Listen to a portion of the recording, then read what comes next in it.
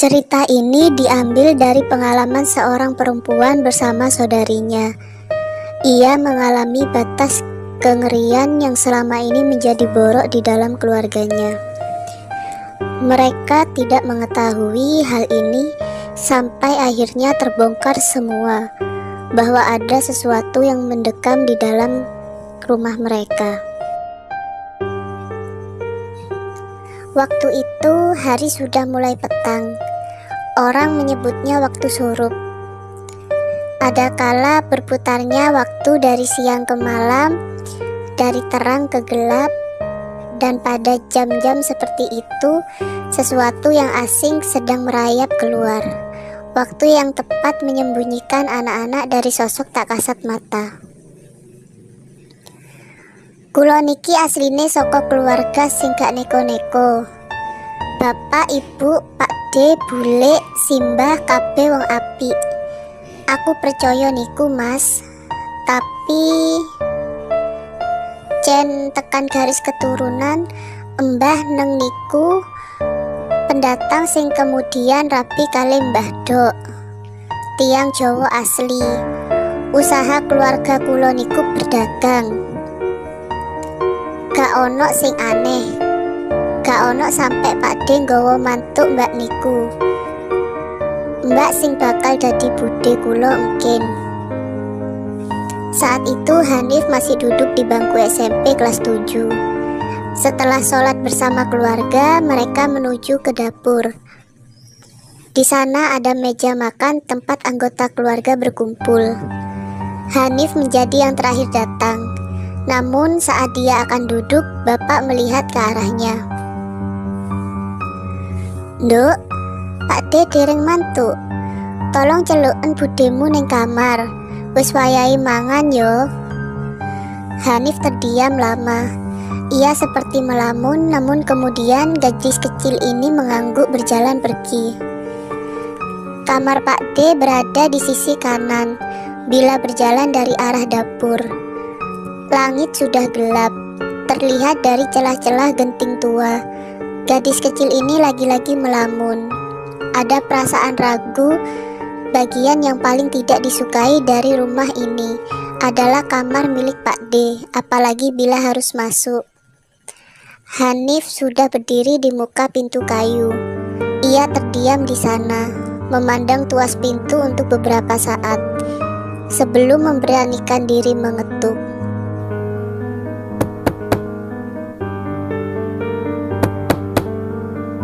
Tak ada jawaban.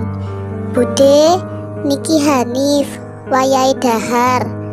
Masih tak ada jawaban. Mungkin Bude sedang tidur, pikir Hanif. Waktu itu dari dalam ia mendengar nafas mengendus, seperti mengerang. Anehnya, meski terdengar kasar, namun sejatinya suara itu begitu halus, seperti masuk ke telinga dengan cara lembut. Hanif berhenti. Ia lalu mendorong pintu perlahan. Kamar Bude memang gelap. Hanif sudah hafal karena biasanya Pak D yang menyalakan lampu. Sudah lama ia ingin tahu kenapa Bude suka sekali dengan keadaan kamar gelap gulita seperti ini.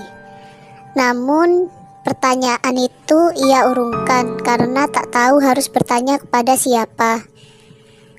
Di sana, meski dalam keadaan gelap, ada sedikit cahaya dari lampu di luar yang masuk lewat jendela. Hanif melihat Bude sedang tidur. Namun kondisi tubuhnya ganjil. Ia meringkuk seperti orang kedinginan di sudut kasur kapuk. Hanif hanya diam. Suara mengerang itu berasal dari sana. Aroma lembab, dingin lantai, tehel, bau apek dari debu.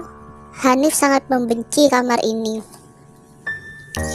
Ia tak tahu alasan sebenarnya selain alasan-alasan tersebut.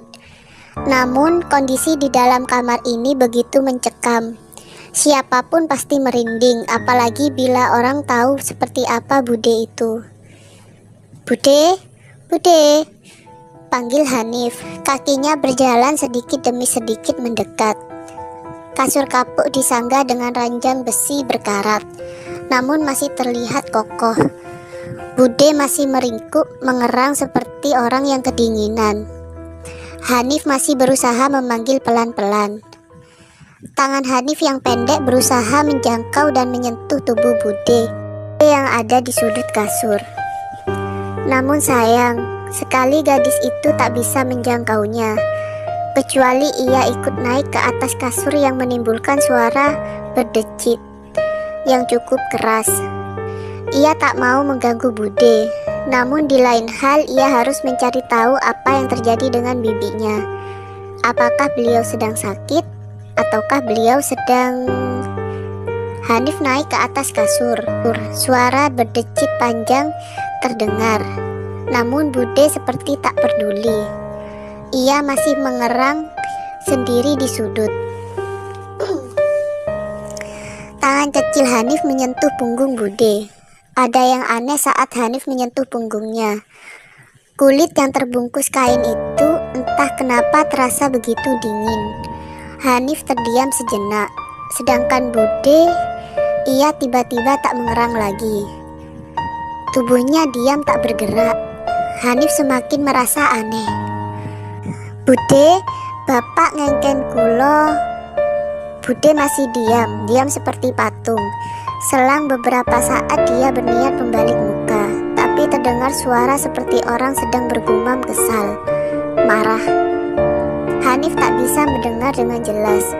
Hanif bergerak mundur. Ia mulai terasa takut. Duk, Bude iso njaluk tolong. Hanif masih diam. Suara Bude terdengar lain, samar-samar serak. Hanif tak menjawab. Duk, nyideo. Ora usah wedi, mreneo. Hanif yang mematung di atas kasur lalu tergiur. Saat Hanif mulai merangkak di atas kasur mendekati Bude, tangan keriput yang sedari tadi hanya diam tiba-tiba mencengkram lengan Hanif. Tapi sebelum melihat wajah Bude, telapak tangan seseorang tiba-tiba menutup mata Hanif. Ia menarik Hanif sebelum menggendongnya menjauh. Hal yang terjadi selanjutnya adalah Hanif melihat Pak D menutup pintu kamar. Ia bilang Bude sedang tidak enak badan, jadi dia belum bisa bergabung dengan yang lain. Pak D meminta Hanif agar kembali dengan yang lainnya, sementara beliau sendiri kemudian masuk ke dalam kamar. Sesaat sebelum pintu tertutup, Hanif bisa melihat wajah Bude dengan raut wajah keriput, serta rambut panjang acak-acakan. Melihat Hanif melotot, namun ia tersenyum menyeringai, persis seperti wajah nenek-nenek di film-film setan. Tapi Hanif tak pernah menceritakan kejadian ini. Simpang siur tentang keanehan Bude sebenarnya tak hanya jadi perbincangan keluarga, tapi tetangga-tetangga desa pernah ada 2 orang warga yang saat itu sedang jaga malam. Saat melewati area kuburan, mereka mengaku melihat seorang wanita bergaun putih berjalan sendirian. Takut terjadi hal-hal yang tak diinginkan, mereka mengikuti. Kebetulan hari itu ada warga sepuh yang baru meninggal entah bagaimana. Di salah satu kuburan mereka menemukan wanita ini berjongkok. Posenya terlihat seperti sedang berdoa. Merasa ada yang janggal, mereka berjalan mendekat. Menghindari kesalahpahaman, 2 orang warga ini sepakat berjalan pelan, berusaha tak menimbulkan suara, sambil memutar agar bisa melihat siapa yang ada dan apa yang dilakukan oleh seorang wanita malam-malam seperti ini. Saat itulah mereka yakin bahwa wanita yang ada di kuburan adalah Bude. Bude sedang berjongkok sedangkan kedua tangannya menjumput tanah kuburan, lalu memasukkan ke dalam mulut. Melahapnya seolah-olah itu adalah nasi putih di atas sebuah piring. Sebenarnya semenjak cerita itu tersebar, banyak orang mengaku tidak percaya, tapi sayang, lebih banyak orang yang percaya dengan cerita tersebut. Hanif dan keluarga sendiri tak tahu harus bereaksi seperti apa. Namun Pak D mengatakan bahwa hal itu tidak benar. Tidak sampai perlahan-lahan semua mulai menyadari keanehan. Hanif, Isti, dan seluruh anggota keluarga sedang duduk di atas meja makan. Lauk dan nasi tersaji di hadapan mereka. Namun hanya Bude seorang yang melihat kami semua makan dengan ekspresi wajah kosong. Nasi di atas piring tak disentuhnya sama sekali sampai menjadi dingin. Meski begitu tak ada yang berani menegur, bahkan Pak D sendiri seolah-olah tak melihatnya. Hanif dan Isti beberapa kali mencuri-curi pandang. Wajah wanita itu begitu kacau. Ia tersenyum berkali-kali sendirian. Di lain waktu, Bude sudah mulai mau melahap nasi meskipun caranya terlihat lebih aneh. Ia mencengkram nasi putih, melahapnya ke mulut bulat-bulat, seperti orang yang sudah lama tak pernah makan, tanpa menyentuh lauk sedikit pun. Malam itu Hanif tahu bapak dan ibu sedang berbicara. Mereka duduk di ruang tengah bersama Pak D, menceritakan tentang rumor-rumor miring. Namun Pak D bersikeras bahwa istrinya hanya sedang sakit karena usaha Pak D yang baru saja bangkrut, ditambah ia juga baru saja kehilangan jabang bayi. Ia meminta waktu setidaknya untuk sembuh.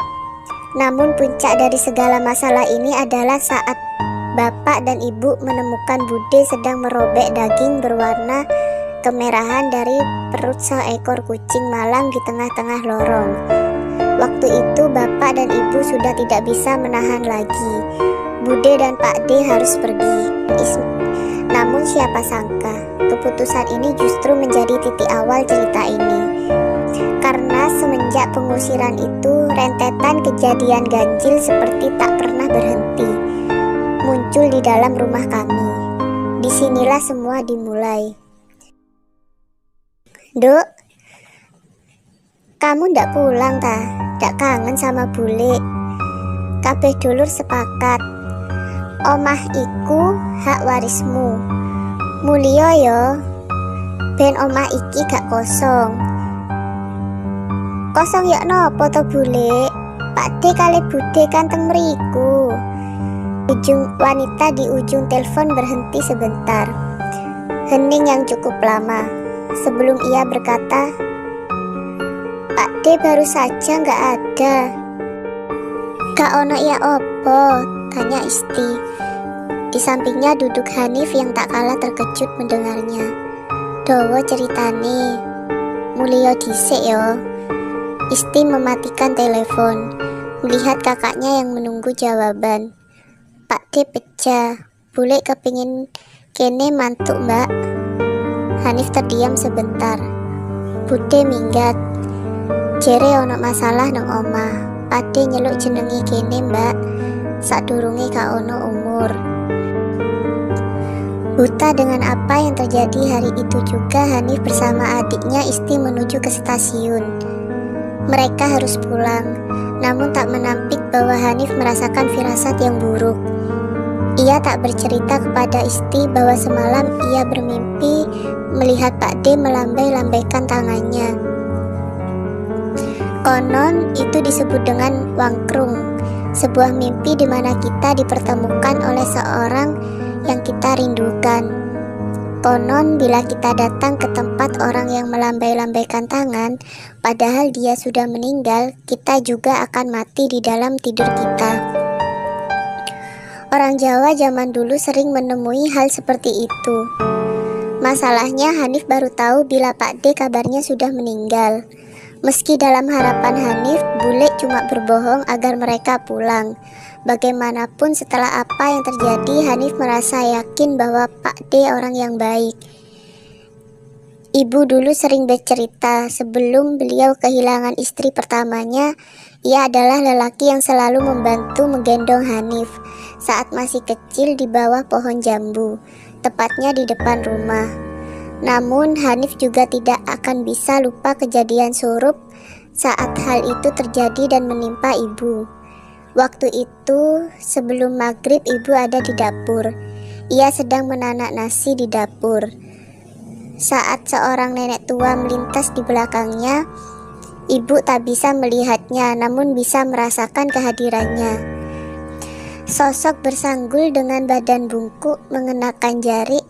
Ia senang berada di sekitar dapur. Ibu sudah terbiasa dengan kehadirannya, namun Surup itu berbeda. Ia merasa nenek tua itu memandanginya dari sudut dapur di samping tumpukan kayu bakar. Aneh, tak biasanya ia seperti itu. Tak hanya itu, nasi yang seharusnya sudah matang tak kunjung tanak. Sebaliknya nasi itu berbau bangkai. Hal yang membuat ibu sontak muntah-muntah. Sampai akhirnya ia tak sanggup menahan rasa sakit ketika dari dalam tenggorokannya keluar tanah hitam beraroma busuk. Setelah kejadian itu, hal buruk seperti silih berganti datang masuk ke dalam kediaman ini. Ibu yang hanya bisa terbaring di atas kasur mulai merasa bahwa ada sesuatu yang begitu hitam tinggal di rumah ini. Ia sekali lagi tak bisa melihatnya, tapi tak bisa merasakannya.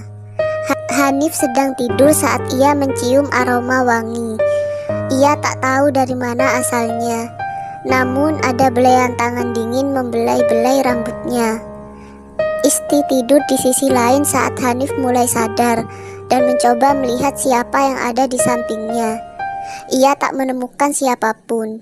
Disitulah lalu terdengar ibunya menjerit, membuat seisi rumah gaduh. Hanif turun bersama dengan adiknya, melintas ke kamar orang tua, tempat di mana bapak sedang duduk dan menahan kedua tangan ibu. Sedangkan di bawah kaki mereka terlihat rambut berjuntai berjatuhan dengan darah. Hanif tak akan bisa melupakan wajah ibu yang melotot melihat bapak yang beristighfar, sambil terus menahan kedua tangan ibu. Ibu mengerang, menjerit, lalu berkata, "Iki ngono duduk omah kene, minggat kon." Tak lama ia menggigit leher bapak. Merobek daging di pundak membuat bapak menjerit dan melepaskan pegangannya. Sementara sobekan daging yang tipis itu dikunyah bulat-bulat sebelum ibu menelannya dan memuntahkannya. Bapak akhirnya memanggil teman baiknya yang bisa melihat sesuatu yang tidak bisa dilihat oleh sembarangan orang. Saat beliau masuk ke kamar ibu, lelaki parubaya itu tak henti-hentinya menatap ke langit-langit sambil sesekali seperti membaca sesuatu. Namun yang paling membuat Hanif penasaran adalah ketika ia berkata, "Omah iki gak bener. Suwi-suwi tambah akeh dayone. Ono sing tahu poso surup ya nang kene." Hanif yang meskipun masih kecil ia bisa menangkap raut wajah bapak yang berubah, sembari menyisir rambut ibu yang hanya bisa menangis ditemani oleh Isti. Bapak menarik lengan temannya lalu mengajak dia berbicara empat mata. Bapak menyembunyikan sesuatu. Tak lama lelaki parubaya itu menuju kamar Pak D. Belum juga pintu itu terbuka, si lelaki langsung menutup hidung. Ia lalu masuk dibantu oleh bapak. Mereka menjungkir balikan ranjang tempat Pak D dan Bude dulu tidur. Di sana mereka mencukil satu persatu keramik yang ada di bawah. Mereka meletakkan sesuatu sebelum menguburnya lagi. Si lelaki lalu mendekat ke tempat ibu. Ia juga hanya berdoa. Setelah itu beliau pergi. Hanif mulai merasa ada yang aneh. Saat menjelang maghrib, bapak akan masuk ke kamar Pak D, menguncinya tak membiarkan siapapun masuk. Hal ini terus berlanjut selama berhari-hari. Semakin lama kondisi ibu semakin membaik. Beliau mulai bisa berjalan meski tak bisa lama-lama. Sebaliknya kondisi bapak semakin kurus dengan mata yang terlihat lelah. Hanif dan Isti yang penasaran berniat melihat apa yang terjadi dari lubang kunci. Hanif yang tahu bapak baru saja masuk ke dalam kamar Pak D, lantas mulai mengintip. Di sana ia melihat bapak sedang berdiri membelakangi pintu. menatap ke arah jendela yang juga terkunci dengan gorden berwarna putih. Tak tahu apa yang sedang dilakukan Bapak. Kemudian Bapak mulai menggoyangkan badan serta kedua kakinya seakan-akan menimang bayi. Hanif tercekat tak mengerti sebelum Hanif sadar di sekeliling Bapak dipenuhi oleh sosok tak dikenal, terutama sosok wanita tua yang kemudian memandang Hanif dari lubang kunci. Sejak saat itu tak ada lagi hal yang mengganggu ibu. Namun ini hanya bertahan sementara. Karena selang beberapa waktu kemudian Pak D datang lagi ke rumah ini bersama dengan istrinya. Saat itu Hanif masih terlalu kecil untuk tahu urusan orang dewasa. Bapak memerintahkan Hanif agar mengajak Isti masuk bersamanya. Meski di dalam hati anak kecil itu penasaran atas apa yang sebenarnya sedang terjadi di dalam rumah ini menyeruak naik. Namun Hanif tidak dapat melakukan apa-apa selain menurut kepada bapaknya. Apalagi saat itu Hanif melihat kilatan mata bapak, ia seperti marah. Rasanya bagi Hanif sendiri ini adalah kali pertama ia melihat bapak bersikap seperti itu. Apalagi di depan saudara kandungnya sendiri. Namun bukan Hanif bila tidak bersikap sedikit nakal. Dari balik sebuah tirai yang tidak jauh dari sudut kiri lorong, Hanif berusaha menguping. Isti adiknya mencoba mengingatkan bahwa apa yang mereka lakukan terlalu berbahaya. Namun dasarnya Hanif, ia malah mengabaikan peringatan adiknya. Berkali-kali Isti memperingatkan bahwa ia merasakan firasat tidak enak. Isti menarik baju kakaknya. Sesekali ia kembali mencoba mengingatkan agar lebih baik mereka tidak ikut campur dengan semua ini. Namun Hanif sudah dirundung rasa penasaran yang tak bisa dibendung lagi. Di titik terjauh dari posisi kedua orang tua yang sedang duduk membicarakan sesuatu, dua anak kecil ini berusaha mendengar apa yang sebenarnya sedang dibicarakan oleh bapak, ibu, Pak D, dan Bude. Ada satu hal ganjil di mana hari ini Bude tak terlihat seperti biasanya. Bude yang dikenal orang sebagai pribadi yang tertutup dan sangat penyendiri tampak berbeda. Beberapa kali Hanif mendengar beliau berbicara tampak normal. Walau sebenarnya hal ini justru membuat Bude terlihat tidak normal. Apa yang sebenarnya terjadi dengan perempuan ini? Dari sudut tempat Hanif dan Isti berdiri, ia bisa melihat wajah Pak D yang menatap lurus. Kemungkinan sedang melihat bapak yang sedang di depannya. Di samping kiri, Bude juga melakukan hal yang sama. Wajah mereka terlihat serius bercakap-cakap. Sayang tidak ada yang bisa didengar. Posisi Hanif dan Isti tidak memungkinkan untuk bisa mendengar dengan jelas, kecuali mereka mau melangkah sedikit lagi ke depan. Namun bila itu dilakukan, bapak pasti akan tahu. Ia akan marah besar. Terpaksa Hanif hanya bisa mengira apa yang sedang mereka bicarakan dari bahasa bibir. Dan disinilah hal yang mengejutkan terjadi. Sesaat entah bagaimana hal itu terjadi. Di tengah-tengah keseriusan Hanif melihat bibir Pak D, tiba-tiba kepala Bude menoleh, bergerak pelan sebelum menatap Hanif. Dengan sorot mata melotot, ada senyuman aneh yang membuat gadis kecil ini merinding dibuatnya. Bude tersenyum, meski hanya sedikit, namun Hanif bisa merasa ketakutan. Ketakutan yang tak bisa dituliskan oleh kata-kata. Perempuan itu sungguh menakutkan. Lama setelah waktu bergulir, terdengar suara gebrakan di meja, diikuti oleh suara bapak yang berteriak keras. Hanif dan Isti merasa kalut karena terkejut, sementara di luar rumah mulai ramai tetangga berkumpul. Mereka semua ingin tahu sembari mengamati situasi. Tak berapa lama Pak D keluar dengan istrinya. Mereka diusir dari dalam rumah oleh Pak D. Ibu sampai menahan tubuh bapak agar tak terjadi kontak fisik. Lagi-lagi tak pernah Hanif melihat bapak sampai sejauh ini. Pak D pergi bersama Bu D. Mereka meninggalkan tempat ini dengan sebuah mobil hitam mewah, mobil yang entah didapat dari mana. Kepergian Pak D dan Bu D benar-benar membuat Hanif merasa lemas. Ia takut terjadi sesuatu. Mata Bu D tak berhentinya melotot kepada bapak dan ibu. Di luar langit sudah mulai gelap. Dari jauh terdengar sayup-sayup suara azan maghrib berkumandang. Hanif menanggalkan pakaiannya, meletakkan di sebuah paku yang timbul di kamar mandi kayu. Tangannya menyentuh dinginnya air di dalam bak batu bata. Ia meraih gayung sebelum memulai membasuh perlahan tubuhnya dari ujung rambut sampai ke mata kaki. Dingin. Tiba-tiba gadis itu terlonjak karena merasakan sesuatu di belakangnya. Sesuatu yang terasa seperti ada seseorang sedang bernafas. Hembusannya begitu terasa sampai menyentuh kulit leher. Hanif dengan cepat, gadis kecil itu langsung berbalik melihat ke sekeliling kamar mandi. Namun dirinya tak menemukan siapapun kecuali dirinya sendiri.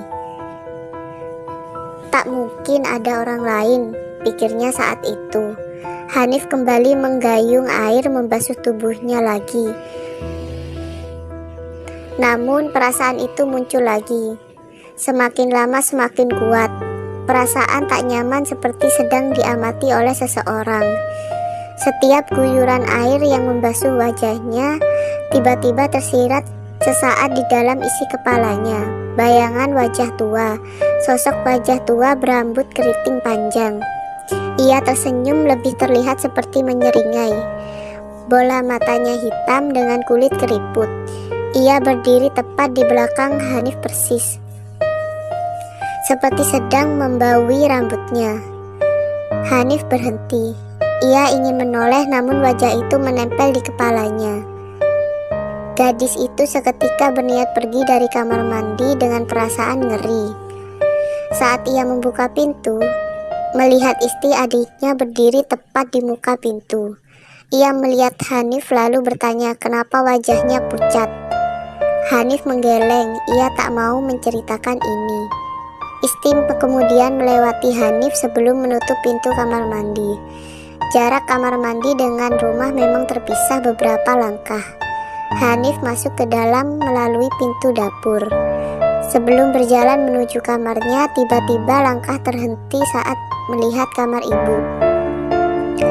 Di sana Hanif melihat ibu sedang duduk bersimpuh dengan meja kayu kecil. Tepat di sampingnya ada Isti yang sedang sibuk menulis. Tak berapa lama wajah ibu menoleh. Melihat Hanif, begitu pula dengan Isti yang seperti penasaran mengapa kakaknya hanya berdiri dan menatap mereka seperti itu. Kata orang jangan pernah mandi di saat menjelang maghrib. Konon hal itu adalah perbuatan pamali. Hanif tak berkata apa-apa lagi. Ia pergi ke kamar mencoba melupakan apa yang baru saja terjadi. Meski tak bisa diterima oleh akal yang ia yakini 1000 yakin bahwa ia melihat tadi di kamar mandi adalah adiknya Isti. Sebuah sepeda motor bebek baru saja tiba. Seorang lelaki yang tempo hari datang lagi ke rumah ini. Ia membawa sesuatu seperti kain yang menyerupai sajadah. Entah apa itu, sebenarnya ia memberikan kepada bapak sambil berkata sesuatu seperti surupe kudu diresiki. Dari kamar diam-diam Hanif mengamati. Lelaki itu masuk kembali ke bekas kamar Pak D dulu. Menutupnya seperti biasa. Setiap Hanif melihat hal itu, ibu lalu mengingatkannya agar tidak ikut campur. Hanif mencoba mencari tahu dari ibu. Namun sayang sekali nampaknya beliau tidak mau menjawab. Setelah itu bapak dan lelaki itu berbicara di ruang tengah.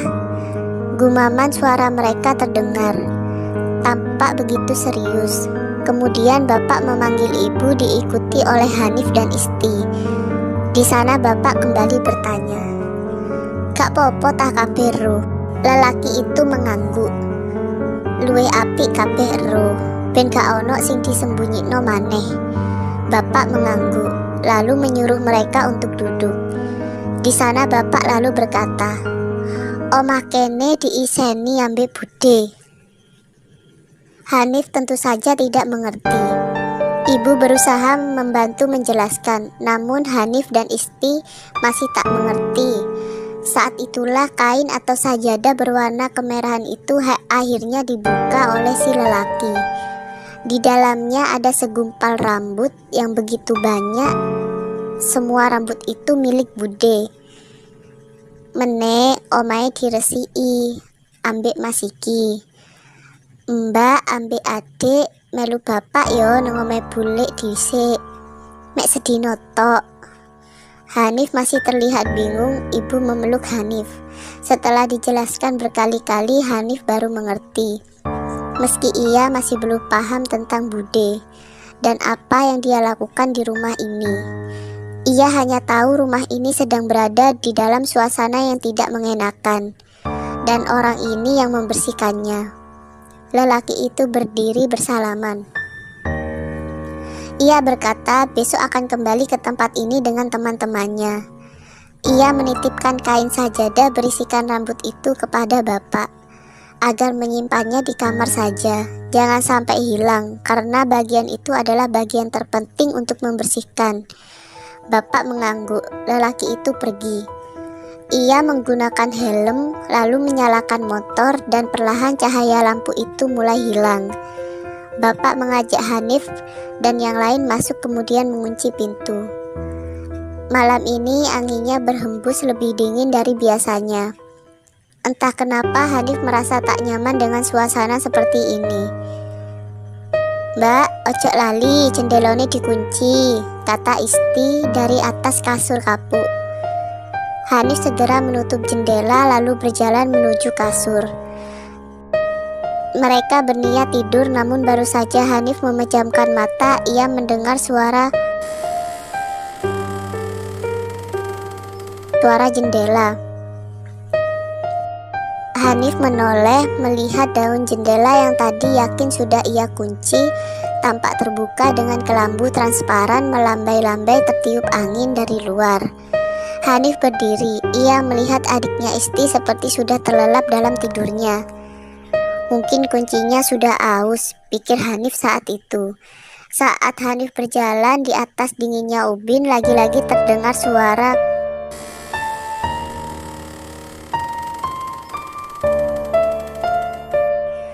kali ini dari pintu almari. Hanif terdiam sesaat. Matanya tertuju pada gelapnya isi dalam lemari sebelum ia merasa bayangan hitam melihat jendela. Hanif menoleh namun tak melihat apapun. Hanif buru-buru menarik daun jendela, mengunci engselnya, dan benar, lalu bersiap kembali ke atas kasur bersama dengan adiknya Isti. Namun tiba-tiba terdengar suara familiar yang ia yakin pernah dengar, seperti "Nak, tolong, nak, tolong." Hanif menoleh ke jendela. Di sana ada sepasang tangan menempel di kaca. Hanif yang sempat terdiam beberapa detik mencoba mengendalikan situasi. Ia ingin lari namun tubuhnya membeku. Gadis itu akhirnya hanya bisa terpaku memandang ke jendela sebelum wajah gelap itu menempel dan memohon dengan keras, "Tolong!" Isti bertanya apa yang sedang terjadi. Hanif masih terlihat syok sebelum Isti menyadari bahwa daun jendela belum ditutup sama sekali. Gadis kecil itu lalu turun, melangkah ke tempat itu sebelum menutup dan mengunci engselnya.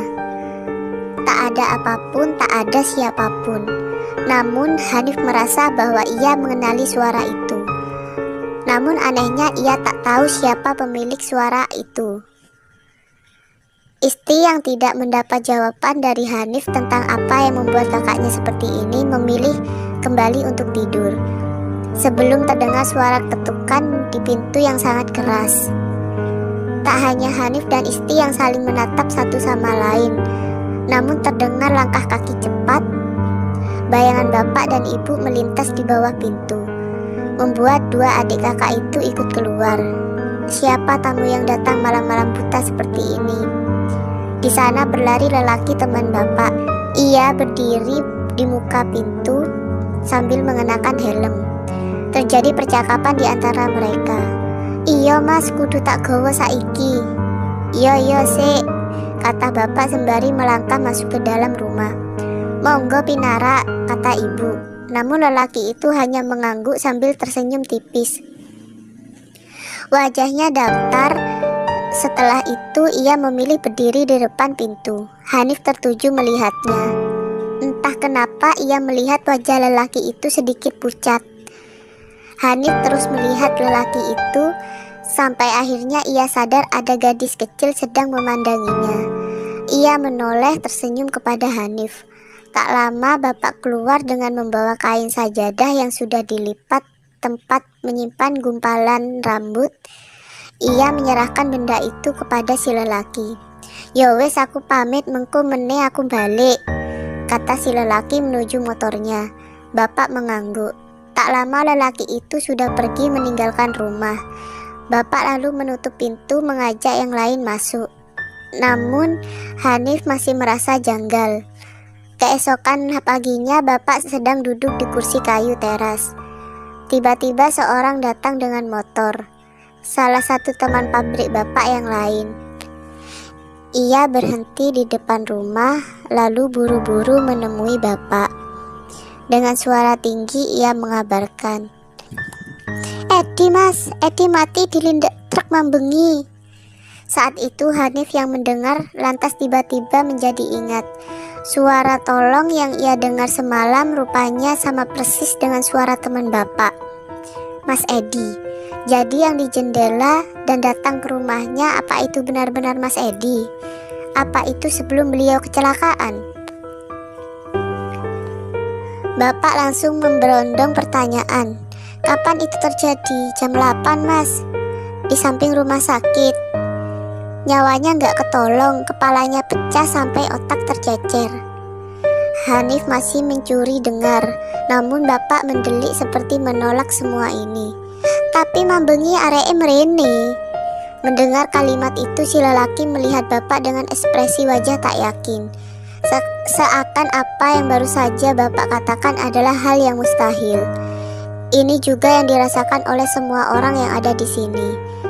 Mereka saksi bahwa Edi sempat kembali ke rumah ini. Siang itu juga seluruh keluarga Hanif pergi melayat ke tempat Mas Edi.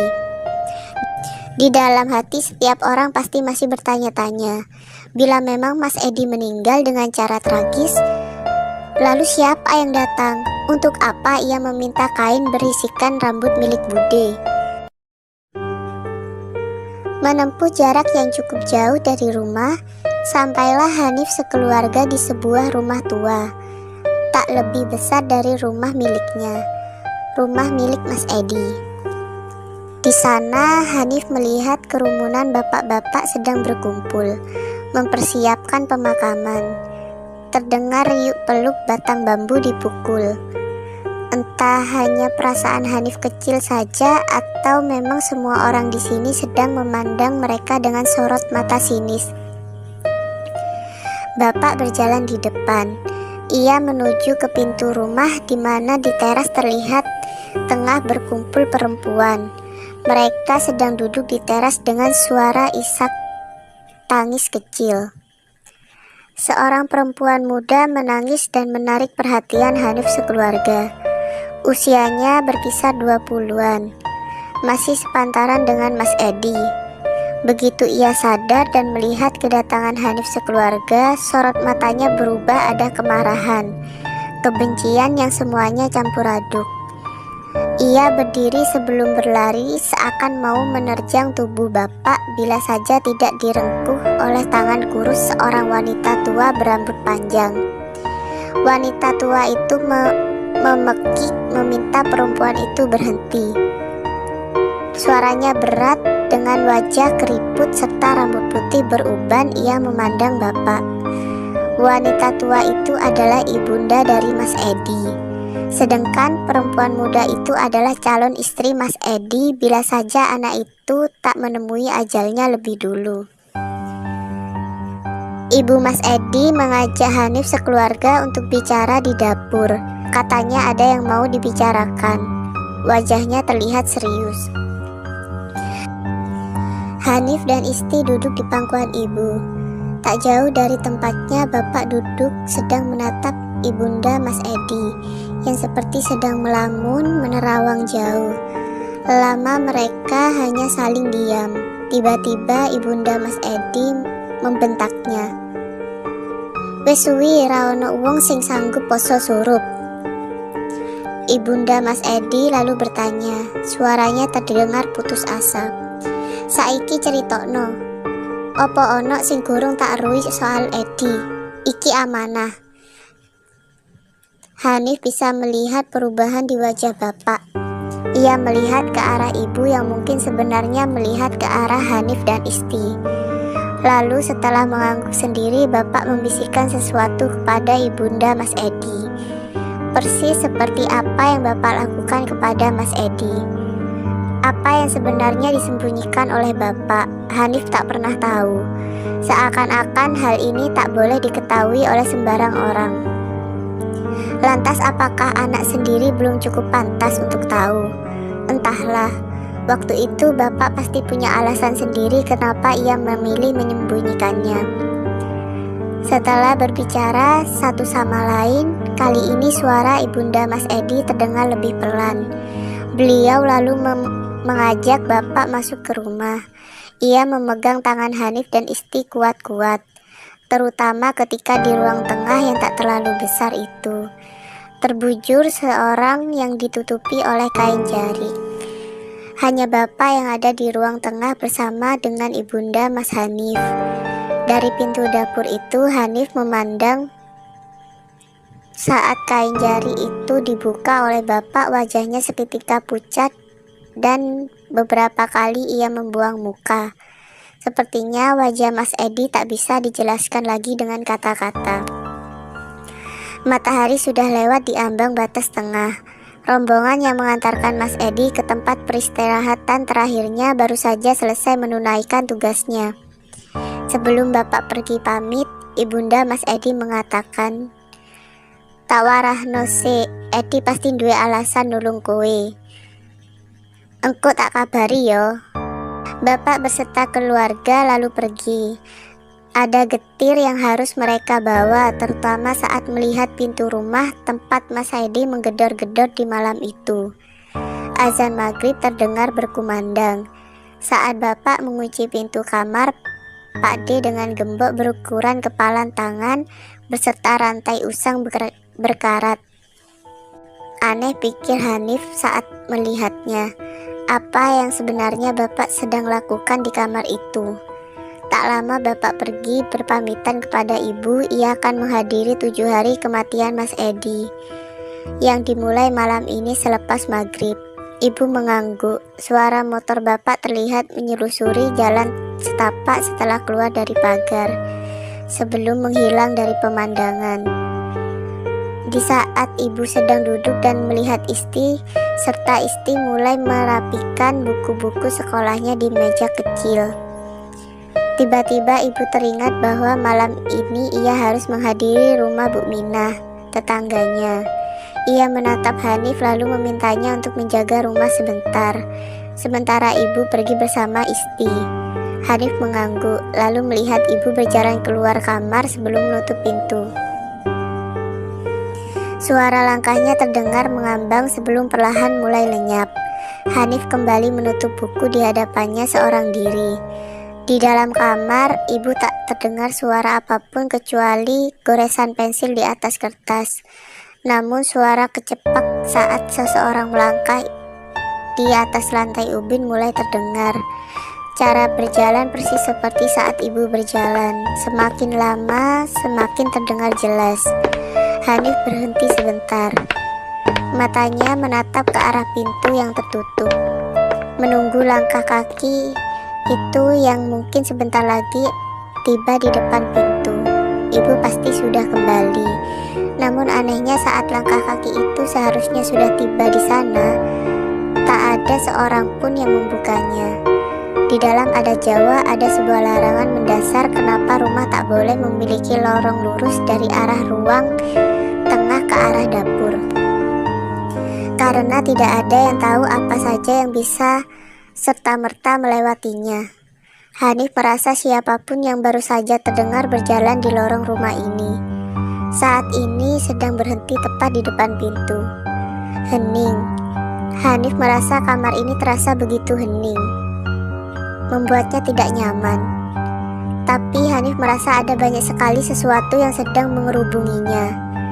Hanya saja gadis kecil itu tidak tahu apa-apa, karena ia hanya terpaku pada satu pintu. Pelan-pelan gadis kecil ini mulai berjalan mendekatinya. Langkah kakinya ragu-ragu, namun tertutupi oleh rasa penasaran bahwa apa yang baru saja ia dengar adalah suara langkah kaki milik ibunya. Sesaat ia bisa merasakan bagian di tengkuknya meremang. Telapak tangannya terasa dingin. Tangannya terulur menyentuh handle pintu. Lama menariknya perlahan-lahan, tapi rupanya tak ada seorang pun yang berdiri di sana. Hanif berhenti sebentar, menunggu detak jantungnya yang berdebar kembali normal. Sebelum suara dari panci jatuh terdengar dari arah dapur. Seketika Hanif langsung menoleh tepat ke lorong arah dapur. Sebelum Hanif tercekat karena tepat di depan wajahnya, di samping sisi pintu yang tak bisa dilihat, seorang nenek mengenakan kebaya dengan sewek. Ia membungkuk, atau lebih tepatnya memang bungkuk, sedang melihat Hanif. Beliau tersenyum, senyum yang sama seperti wanita tua kebanyakan tunjukkan. Dengan kulit keriput dan rambut panjang dibiarkan tergerai. Hanya saja Hanif tak bisa merasakan tubuhnya sesaat ketika melihatnya. Sebelum perlahan-lahan pandangan matanya lenyap. Ia hanya ingat gigi si nenek tua memiliki satu taring. Bapak duduk di samping, sedangkan ibu berdiri menggendong Isti. Mereka semua sedang menatap dengan sorot wajah yang sama, khawatir. Tak lama setelahnya bapak meraih segelas air dari meja, meminumkannya pada Hanif yang baru saja sadar. Belum juga bertanya, tiba-tiba ibu berbicara. "Duk, kowe laopo turun nang pawon ijen?" Hanif tak menjawab. Ia hanya terbayang-bayang wajah nenek tua itu seperti ingin berbicara dengan dirinya. Namun Hanif tak tahu setelahnya.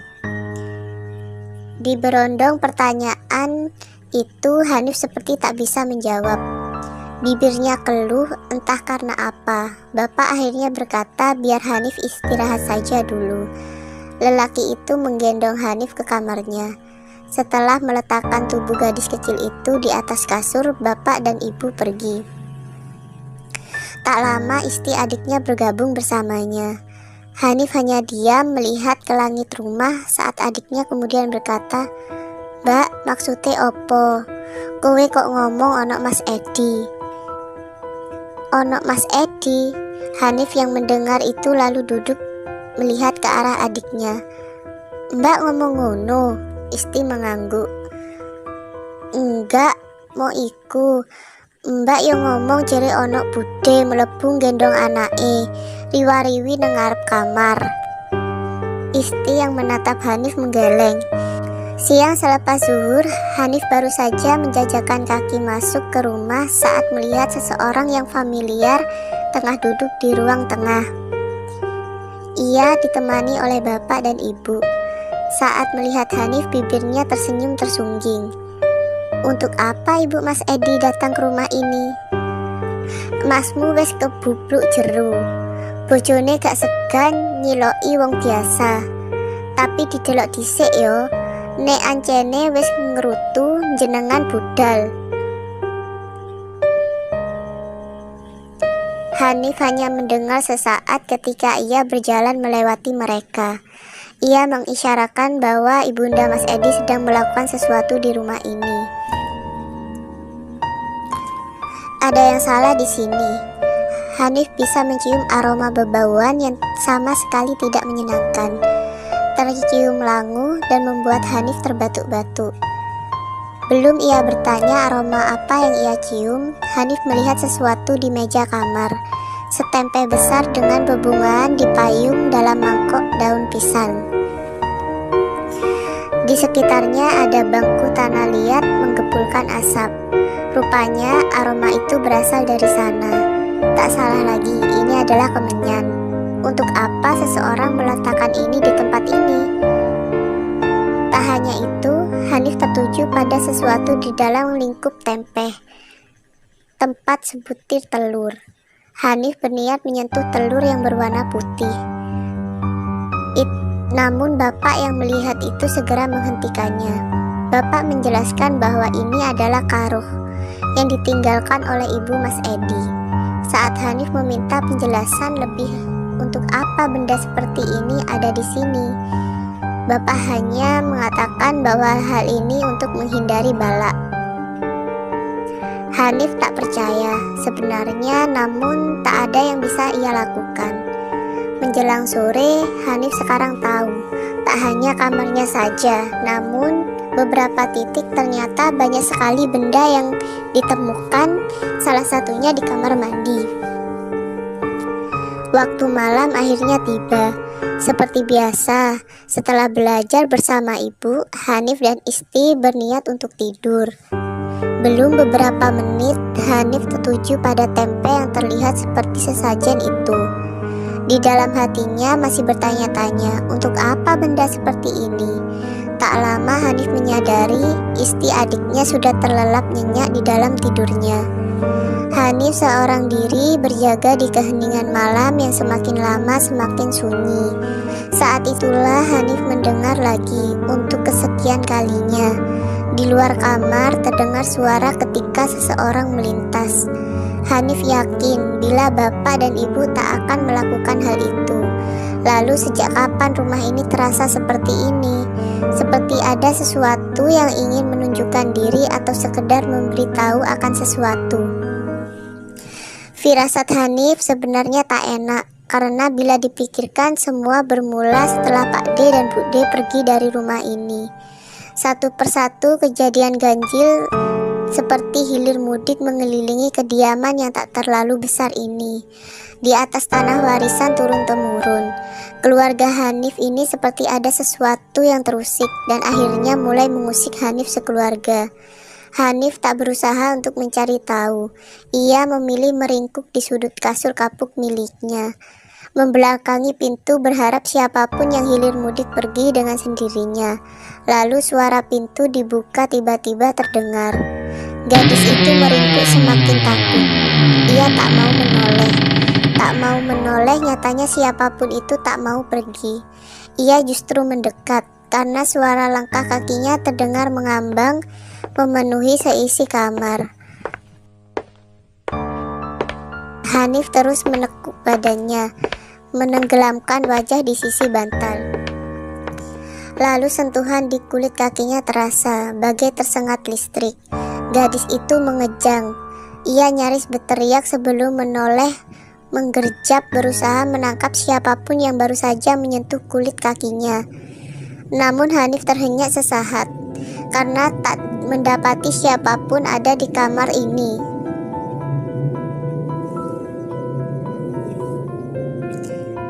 Bagai tersengat listrik, gadis ini mengejang. Ia nyaris berteriak sebelum menoleh, menggerjap berusaha menangkap siapapun yang baru saja menyentuh kulit kakinya. Namun Hanif terhenyak sesaat karena tak mendapati siapapun ada di dalam kamar ini, kecuali dirinya dengan adiknya Isti. Terdiam membeku untuk sesaat, Hanif melihat ke sana kemari menyapu seluruh bagian kamar. Tak ada apapun di dalam sini, kecuali pintu kamar yang sedikit terbuka. Di sampingnya bayangan asap dari kemenyan yang dibakar di atas meja terasa mulai mengganggu. Hanif ingin sekali menyingkirkan benda itu, sehingga tanpa sadar satu kakinya melangkah turun. Saat disitulah Hanif merasakan sesuatu di kakinya, sesuatu yang terasa dingin dan berkecipuk. Gadis kecil itu termenung mematung sebelum menoleh ke bawah. Awalnya hanya setetes yang terasa, semakin dilihat semakin membasahi di sisi ujung ranjang. Hanif yang merasa bingung mengikuti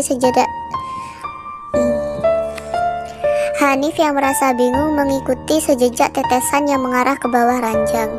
Gadis itu menunduk namun tak melihat apapun di sana kecuali gelap di bagian bawah ranjang.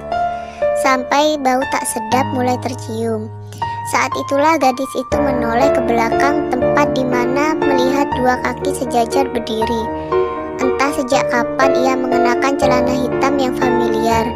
Hanif tak bicara, hanya diam mengikuti rasa penasarannya. Siapa pemilik dari kaki ini? Gadis itu mengadah. Tempat ia melihat seorang mengenakan jaket kulit biru tua bersimpuh darah dengan wajah hancur lebur. Hanya darah yang keluar dari sisi bagian yang membuat gadis itu syok luar biasa. Mas Edi datang lagi ke rumah ini. Hanif tidak ingat apa yang terjadi setelahnya. Ia hanya tahu bahwa ia ada di atas kasur kapuk miliknya, memegang bagian badannya dengan kedua tangan, menggigil ditemani ibu yang tak hentinya memeriksa kening. Saat itulah ibu Mas Edi datang, masuk mendekat ke arah Hanif. Wanita tua itu melakukan hal yang sama, menyentuh kening Hanif lalu berjalan pergi sebelum kembali dengan segelas air, meminta Hanif untuk meminumnya.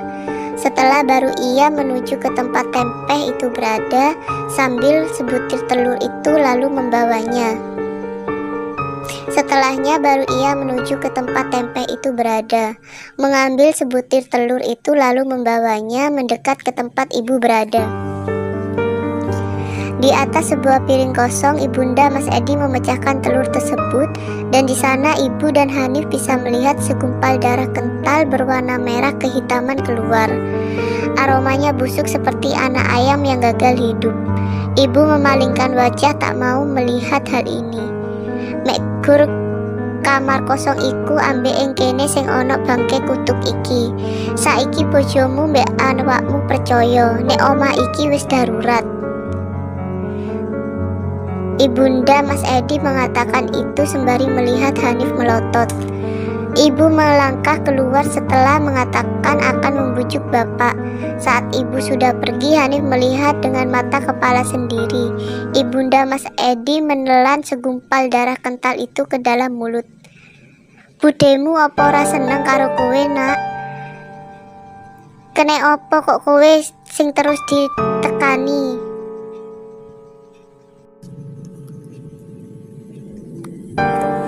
Keesokan paginya, bapak dan ibu bersiap pergi setelah meminjam mobil dari teman bapak untuk pergi ke suatu tempat di mana ibunda Mas Edi ikut. Sementara Hanif dan istri melihat kepergian mobil dari balik jendela. Bule yang dimintai tolong untuk menjaga Hanif tiba di rumah. Namun belum ada sehari kabar itu datang. Kabar bahwa mobil yang dikendarai bapak dan ibu tergilas dalam sebuah kecelakaan mobil dengan mobil. Hanya bapak yang selamat, namun hanya untuk beberapa jam saja sebelum menyusul yang lain. Saat itulah rumah duka Hanif kedatangan tamu.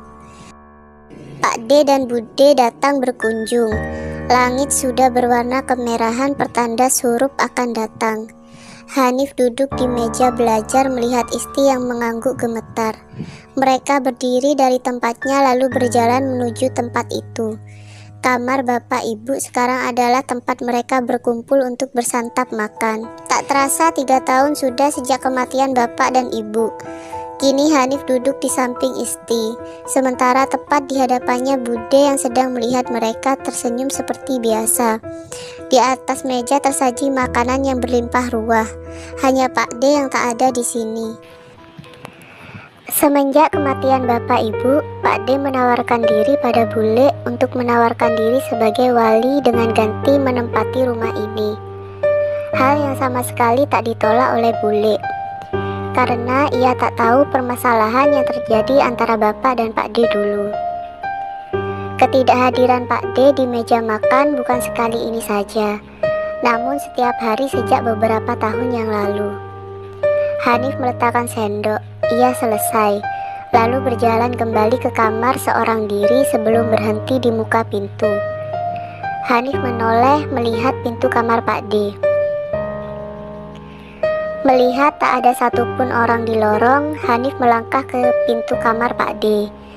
Di sana ia menunduk, mengintip apakah dia masih melakukan hal yang sama. Rupanya Pak D masih melakukannya, menyantap makanan tanpa menggunakan kedua tangannya dengan posisi tubuh telanjang. Hanif terdiam. Ia sudah lama tahu hal ini. Salah satu bagian di mana semua ini dimulai. Awal dari salah satu ritual memulai dan menjalankan tradisi puasa surup yang dilakukan Pak D dan Bude selama ini. Surup iku iso gawa balak bencono. Hanif melihat Pak D di balik pintu yang terbuka. Ia mengatakan, "Pak D mulai yosinom. Pak D tidak bisa mati. Ada tanggungan yang belum selesai di dunia. Hal ini menyangkut antara saya, rumah ini, dan dosa bapak ibu saya kepada Bude."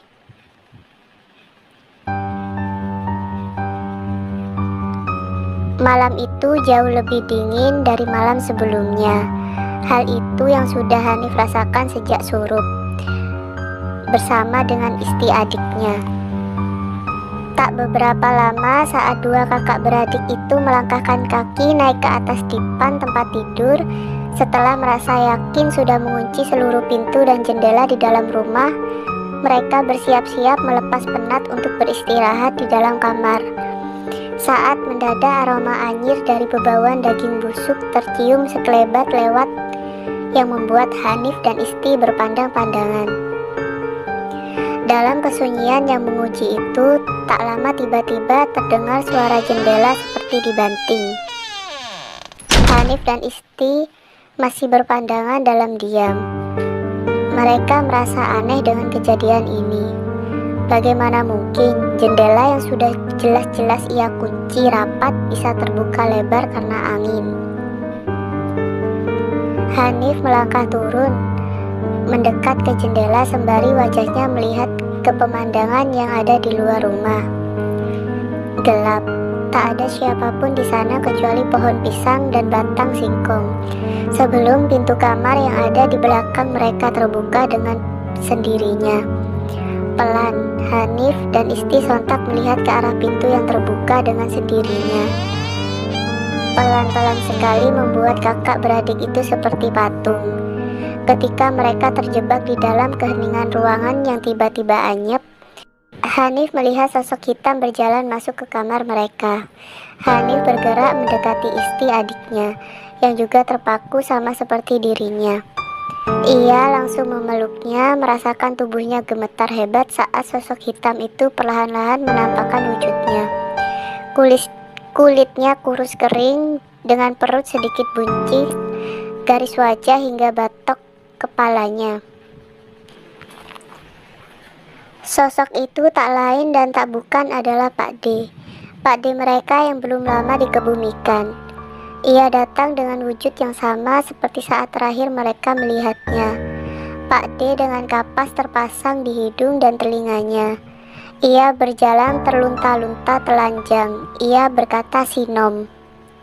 Seperti merauk keluar dari tanah kuburan, Pak D datang menanggalkan kafan yang terpasang pada dirinya. Berujar dalam suara yang tak begitu jelas, berkata bahwa ia pulang. Ia rindu dengan keponakan-keponakannya. Pak D mulai sinom. Pak D mulai. Malam itu adalah malam tersinting. Saya duduk untuk meminum segelas air putih sembari mendengar beliau. Ada banyak pertanyaan di kepala saya. Mulai dari apakah yang datang benar-benar Pak D mereka, dan apa hubungannya dengan dosa orang tua yang sebelumnya disebut. Saya duduk untuk meminum segelas air putih sembari mendengar beliau. Ada banyak pertanyaan di kepala saya. Mulai dari apakah yang datang benar-benar Pak D mereka, dan apa hubungannya dengan dosa orang tua yang sebelumnya disebut. Hanif melihat ke arah saya, kemudian berdiri mengajak ke salah satu kamar tepat di samping lorong. Saat pintu yang digembok itu dibuka oleh Mbah Hanif, saat itulah pertanyaan-pertanyaan ada di kepala saya tak lagi ada. Mbak Hanif kembali menutup pintu lalu menceritakan apa yang terjadi saat malam kedatangan Pak D mereka. Hanif dan Isti seperti tersirap, tak bisa teriak minta tolong apalagi pergi berlari. Wajah lelaki itu sayu dengan warna kulit kekuningan pucat. Mereka tersudut di ujung dipan terpisahkan dengan tirai saat makhluk penyerupa itu duduk merintih seperti orang pesakitan. Mereka seperti terang-terangan menunjukkan eksistensinya. Termasuk wanita bergaun putih yang biasa duduk di ruang tengah pun hadir. Kehadiran Pak D yang ganjil seperti menyemarakan kehadiran mereka semua yang menghuni dalam rumah. Dalam detak jantung yang berdebar kencang itulah sosok Pak D menoleh melihat ke mata Hanif dan Isti. Ia seperti ingin berbicara dengan gigi yang menguning, air liurnya menetes. Tangannya yang dingin membelai kulit pipi mereka, dan dalam ketakutan yang tak tertahankan, Hanif hanya bisa mendengar Pak D menyebut nama Bude.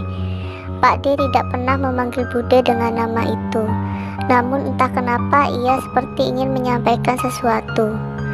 Awal dari semua ini, setelah dirasa selesai menyampaikan semua, sosok yang ada di hadapan Hanif dan Isti terduduk bertekuk lutut di lantai menarik-narik rambutnya, sembari mencoba berdiri. Apa yang ia lakukan persis seperti kebiasaan Pak D dulu saat dalam kondisi cemas. Ia meninggalkan kamar, berjalan menuju tempatnya. Biasa menghabiskan waktu sendiri, kamar yang dilarang. Hanif dan Isti gemetar tak bisa tidur bahkan saat pagi datang menjelang. Pagi-pagi buta, Hanif menuju rumah Pak Haji menyampaikan apa yang ia lihat. Sesuatu yang membuat lelaki tua itu sedikit tak percaya. Bersama dengan warga yang dikumpulkan, semua bergerak menuju makam desa, membongkar makam itu saat matahari belum muncul. Tepat saat kayu-kayu di dalam makam disingkirkan Pak Haji, dan Hanif bisa melihat Pak D di dalam sana, membiru dengan kain kafan masih terpasang. Setelah kejadian itu, Hanif merasa bahwa ia tak sekalipun berbohong. Sosok yang ia lihat datang dan saat ini menetap di dalam kamar adalah beliau yang sekarang terbujur kaku di dalam tanah itu. Pak Haji hanya sesekali menepuk bahu Hanif. Ia meminta perempuan ini lebih sabar. Hanif melangkah pulang, tak dilihatnya Isti dimanapun di dalam rumah ini. Saat Hanif berjalan melewati pintu kamar Pak D, ia mendengar sosok itu sedang bersenandung seperti dulu saat ia masih hidup. Pak D gemar bersenandung di depan burung-burung peliharaannya. Hanif memilih untuk menjauhi kamar kosong itu. Hal ini terus terjadi setiap malam hari. Ia akan mendengar atau melihat Pak D lalu lalang keluar masuk kamar miliknya. Meski sudah dikunci atau dijarik dengan gembok, sosok ini juga membuat Isti tak betah ada di rumah. Ia sudah meminta tolong sanak saudara, namun mereka seperti tak ingin terlibat meski ditutupi dengan kalimat bahwa Hanif dan Isti sedang banyak pikiran. Saudara saja tak mau membantu, apalagi tetangga rumah. Setiap azan berkumandang, semua pintu rumah tiba-tiba saja tertutup rapat. Seolah-olah menjadi rahasia umum bahwa rumah Hanif sedang didayoi oleh sosok tamu yang tak mau mati. Ini dua kakak beradik itu perlahan mulai menerima takdirnya. Saat surup menjelang, gelap mulai menampakkan diikuti hujan angin. Hanif baru saja sampai rumah selepas kerja, ikut saudara. Namun ada yang aneh pada rumahnya sore ini. Lampu belum juga dinyalakan. Perlahan-lahan dengan pertanyaan di dalam benak, Hanif melangkah masuk seorang diri. Saat ia mendapati surat di atas meja bahwa Isti tak akan pulang malam ini, ia akan menginap di rumah teman. Hanif menutup pintu rumah, berjalan menuju lorong rumah. Matanya menatap sekilas kamar kosong itu sebelum bergegas menuju ke dapur. Saat di dapur, ia teringat dengan sosok Bude. Ia pernah dipukuli, dijambak sampai dirajam dengan butir beras di tempat ini. Lalu apa hubungannya? Apa hubungannya dengan semua ini? Bude sering kali puas. Ia tak pernah menyentuh nasi yang ada di meja saat mereka dulu terpaksa tinggal bersama. Begitupun juga dengan Pak D. Setiap tangannya menyentuh makanan yang tersaji, wajah Bude akan menunjukkan raut marah, membuat lelaki itu menciut sebelum kembali ke kamarnya. Hanif melangkahkan kakinya masuk ke dalam kamar orang tuanya dulu. Ia menyibakkan kain yang tersemat di lemari-lemari tua, berharap bisa menemukan sesuatu yang bisa mencerahkannya. Ia pindahkan benda-benda usang itu, membongkar satu persatu perabotan berdebu. Ia ingat pernah mendengar bahwa Pak D telat menikah. Ia menikah saat usia sudah menginjak 59 tahun. Ia bertemu Bude saat sedang mengantar barang ekspedisi. Bila dipikir-pikir lagi, tak ada yang tahu siapa Bude sebenarnya. Saat menggubrak-abrik satu persatu barang peninggalan orang tua, Hanif mendengar langkah kaki di belakangnya.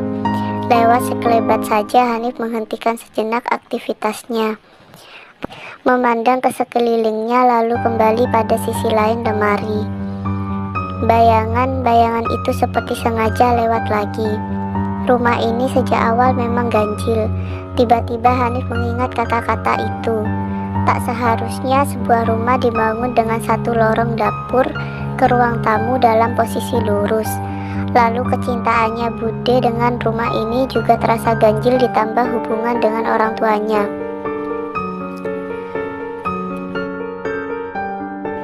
Saat itu Hanif menyadarinya. Ia tahu bahwa semua ini memiliki hubungan dengan kalimat yang nyaris ia lupakan saat masih kecil dulu. Poso surup. Bude melakukan puasa surup di rumah ini untuk seluruh keluarga Hanif. Tepat setelah menyadari itu, di belakang Hanif ia melihat wanita tua yang selama ini menempati ruang dapur, mengangguk sembari menyeringai. Ia melangkah pergi meninggalkan Hanif seorang diri. Hanif berdiri dari tempatnya lalu meninggalkan rumah ini. Ia harus menemui Bule. Hujan turun kian deras dan Hanif menyadari bahwa ia tak bisa menemui Bule malam ini. Sontak ia berjalan menuju kamarnya. Saat itulah ia melihat kamar kosong itu dalam kondisi pintu terbuka. Hanif tak menggubrisnya. Ia membuka pintu kamarnya dan di sana ia melihat Pak D. Pak D sedang duduk dalam kondisi kepala tertunduk di atas dipan milik Hanif. Rambutnya kian habis dengan menunjukkan garis kepala pucat keriput. Tangannya semakin kurus dengan aroma bau bangkai yang menyengat dari tubuhnya. Ia melihat ke arah Hanif.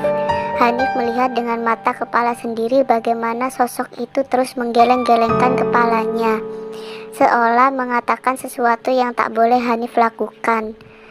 Entah karena kedekatan mereka dulu atau apa, Hanif menutup pintu kembali. Ia pergi ke rumah tetangga malam itu. Sesuatu akan menyambangi rumah ini, tak hanya untuk hari ini, mungkin sampai seluruh keluarga Hanif habis. Pak D kesini tak hanya untuk menyampaikan peringatan. Ia ingin mengingatkan siapa yang selama ini bermain. Esok Hanif akan mengakhirinya. Siang itu Hanif mengetuk pintu rumah seseorang. Setelah tak berapa lama pintu akhirnya terbuka. Rupanya itu adalah rumah milik Bule Hanif. Di sana perempuan parubaya itu melihat Hanif dengan raut wajah terkejut.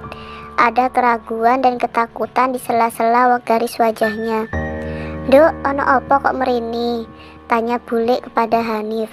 Tanpa basa-basi Hanif langsung melangkah masuk ke dalam rumah. Kemudian ia langsung duduk di sofa yang terbuat dari bahan kayu jati.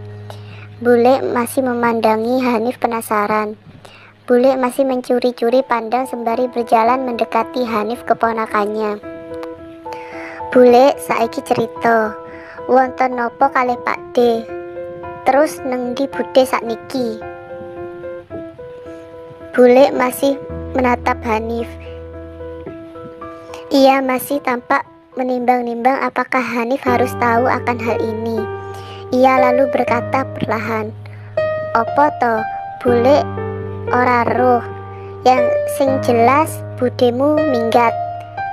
Tahu-tahu Pak Demu sakaratul maut. Hanif masih tidak puas dengan jawaban bule. Lek gak ngono, dudu ana Hanif bule. Sopo asline bude niku? Bule tampak semakin tidak tenang. Gestur tubuh dan wajahnya tidak nyaman. Beberapa kali ia menggigit bibir seperti orang yang terdesak. Namun Hanif tak mau berhenti. Ia terus-menerus mencerca bule dengan pertanyaan-pertanyaan yang selama ini memenuhi isi kepalanya. Sampai akhirnya Hanif menunjukkan sesuatu kepada bule. Tepat di bagian pinggul ada luka hitam misterius yang muncul. Bule tak bisa berkata apa-apa. Bapak ibu wis suwi mati. Keluargane kene acur saacur-acure. Terus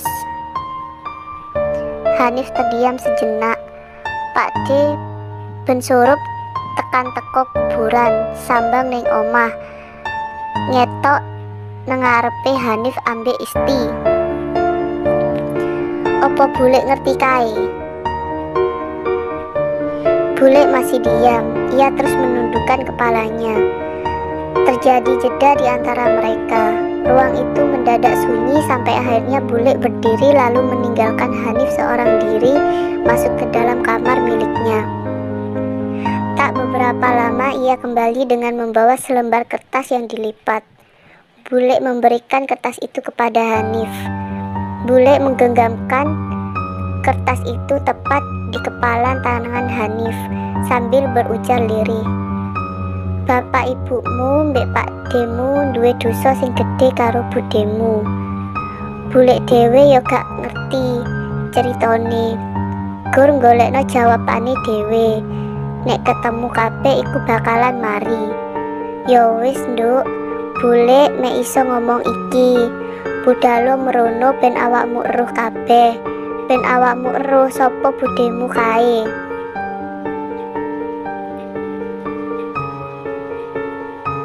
Tanpa membuang-buang waktu lagi, siang itu juga Hanif berangkat dengan bus antar kota karena alamat pada selembar kertas yang diberikan oleh bule merujuk pada suatu tempat yang cukup jauh dari tempat tinggal Hanif.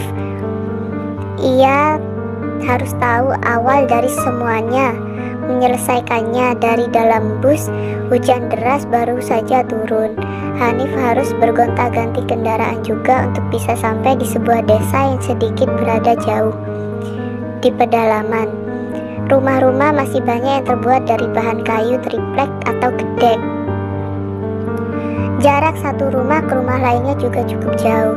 Sumur-sumur tua dengan pohon-pohon bambu menjadi pemandangan yang biasa. Hanif terus melangkah di atas tanah yang berlumpur. Saat dirinya mendekati seseorang yang tampak sedang membilas kaki dan tangan di dekat salah satu sumur, tanpa membuang-buang waktu Hanif bertanya kepada lelaki itu. Saat Hanif menunjuk alamat di selembar kertas yang ia bawa, tiba-tiba lelaki itu memandang Hanif dengan wajah penuh selidik. Namun ia tetap menunjukkan sebuah jalan. Hanif mengikuti kata si lelaki itu.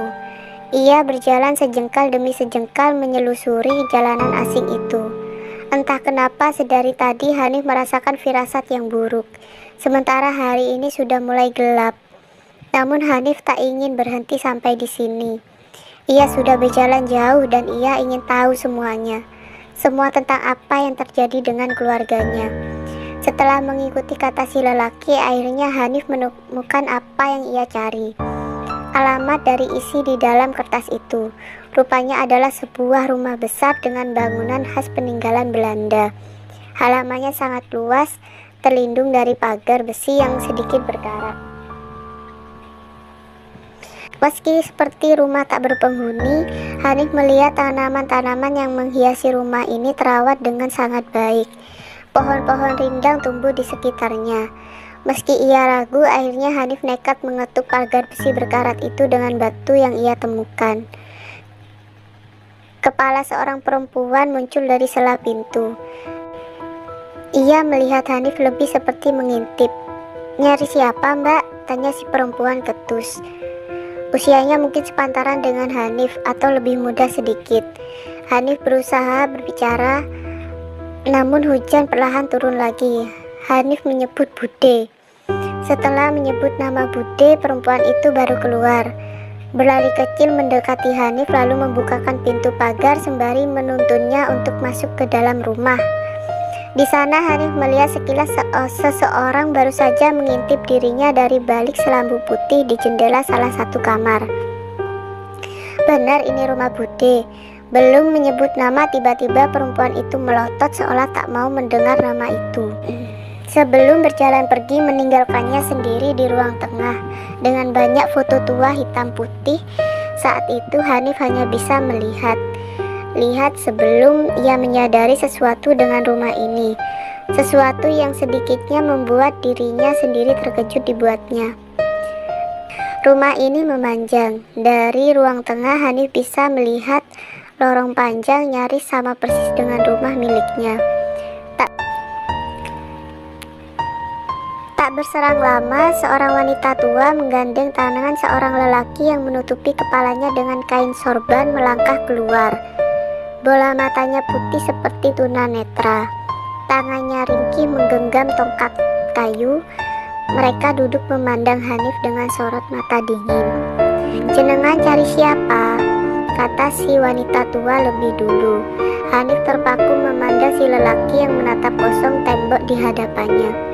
Hanif tersadar oleh pertanyaan itu lalu mulai menceritakan semua, mulai dari kematian orang tuanya hingga kedatangan Pak D. Wanita itu mendengarkan dengan seksama. Sebelum Hanif menyebut nama Bude dan sesuatu terjadi pada si lelaki tua itu. Ia mengangkat kepalanya lalu menoleh pelan sekali menatap Hanif seolah dia bisa melihat dirinya. "Bude sing mbok sebut iku anakku, Nduk." Hanif terkejut saat mendengarnya.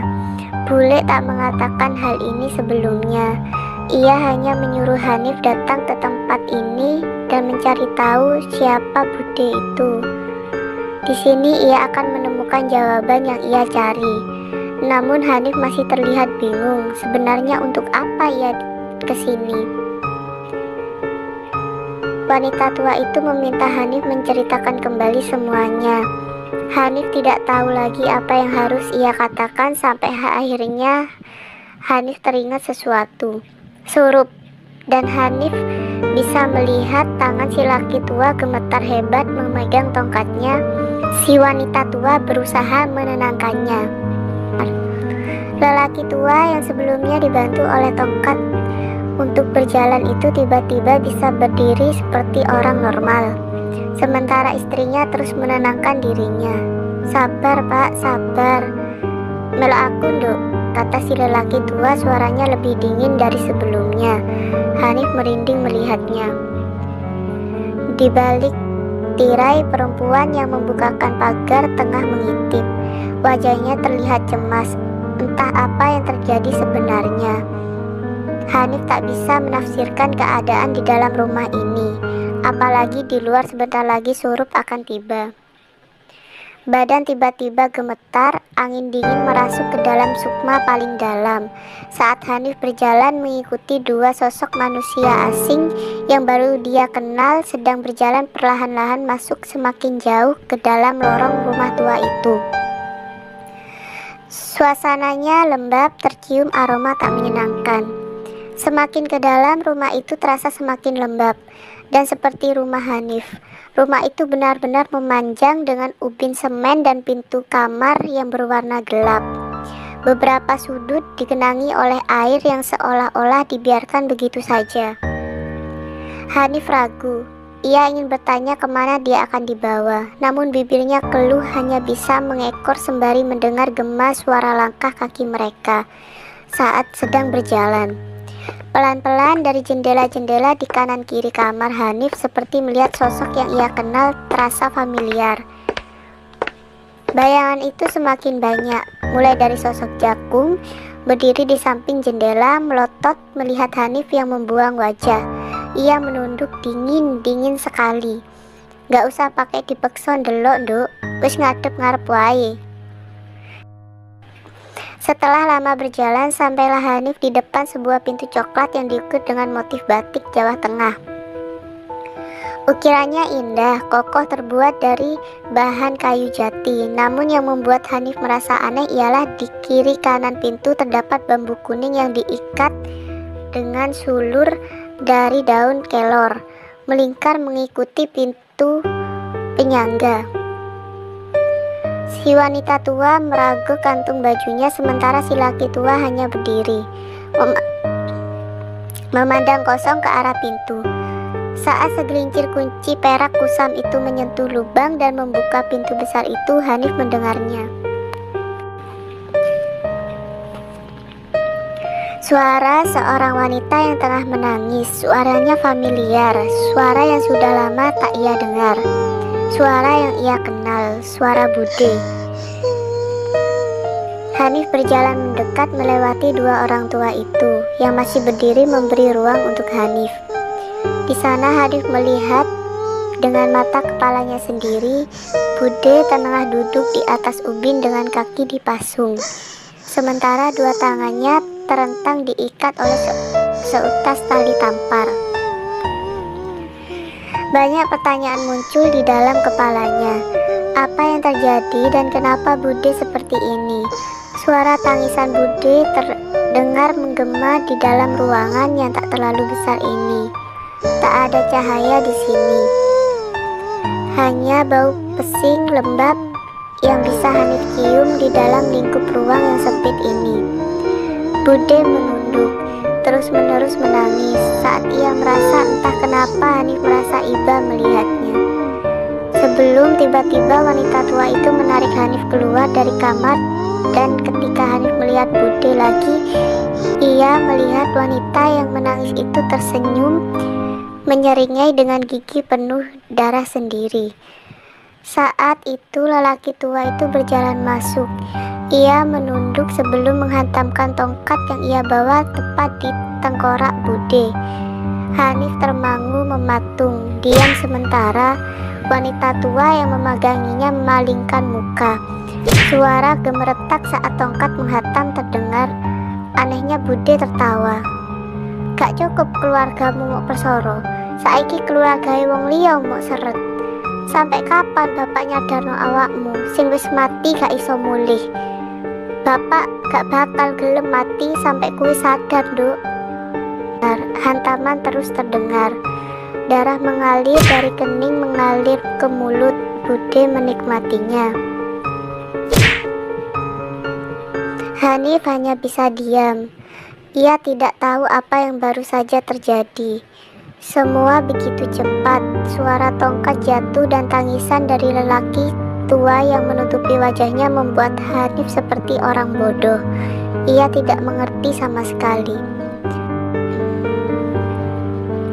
Malam sudah tiba.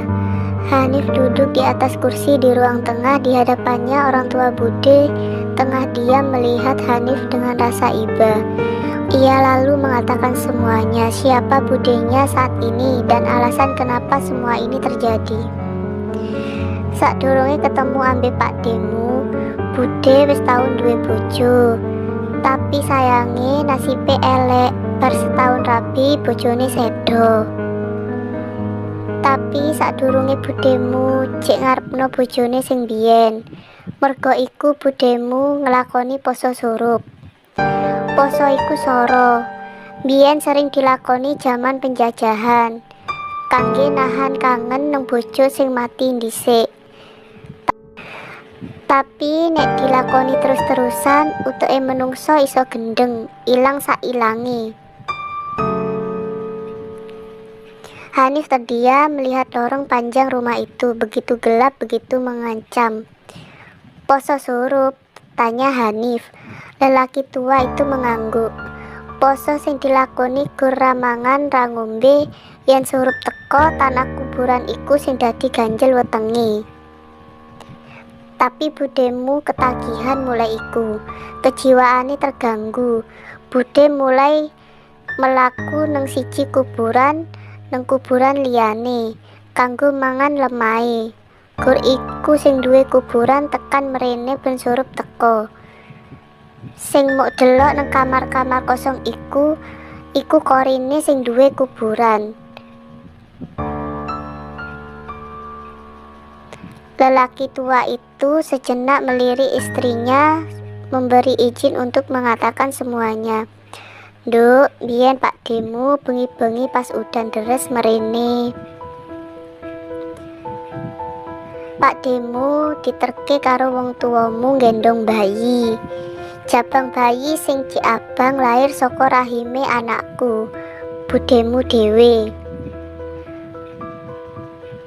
Lelaki tua itu melihat istrinya kembali. Sirai jabang bayi iku wujude sapi. Jabang bayi kuwi wis mati pas dilahirno. Pak Demu njaluk tolong iku dikubur nang omah iki, tapi nang kene akeh korine budemu. Ben dikubur nang nggon liyane bakal dadi rame. Gur iku, jasad jabang bayi iku dikubur nang jero kamar omahmu. Budemu murka pas ero apa sing dilakoni bapakmu. Bapakmu hasut Pak Demu nek sing metengi bude iku ngono korin-korin sing ditekani nang omahmu. Lelaki tua itu sejenak tersenyum. Gak ono sing ero cerita asline kaya apa. Soale wong tuamu, Pak Demu ya padha wis gak ono. Pak Demu ngelakoni poso surup pisan soale atine mulai percaya nek cah sing mati iku mungkin anake dhewe sing cacat. Saya terdiam sejenak saat mendengar ceritanya. Tentu banyak hal yang saya pikirkan saat itu. Seperti yang saya katakan di thread awal setahun yang lalu, cerita ini adalah aib besar yang mungkin sukar dipercaya. Dan pada cerita bagaimana kuburan bayi itu dibongkar, tulang belulang itu lalu disimpan di dalam kain kafan putih. Diikat tali temali lalu diberikan kepada bude. Konon saat itu diberikan setiap malam di rumah orang tua bude. Hanif pernah mendengar bude tertawa begitu keras sambil bernyanyi lagu tidur untuk anaknya. Sampai sekarang wanita itu masih hidup, namun tak akan bertanya di mana beliau tinggal. Bagi saya semua ini sudah cukup. Soal alasan kenapa orang tua Hanif terlibat, saya harap kalian bisa menangkap pesan tersiratnya. Sekian dulu ya untuk cerita hari ini. Untuk kalian yang mungkin ingin share pengalaman horor kalian, bisa langsung kirim ke email kita ya. Support terus channel kami dengan cara klik tombol like, komen, subscribe, share juga boleh, dan jangan lupa tombol loncengnya. Terima kasih. Assalamualaikum.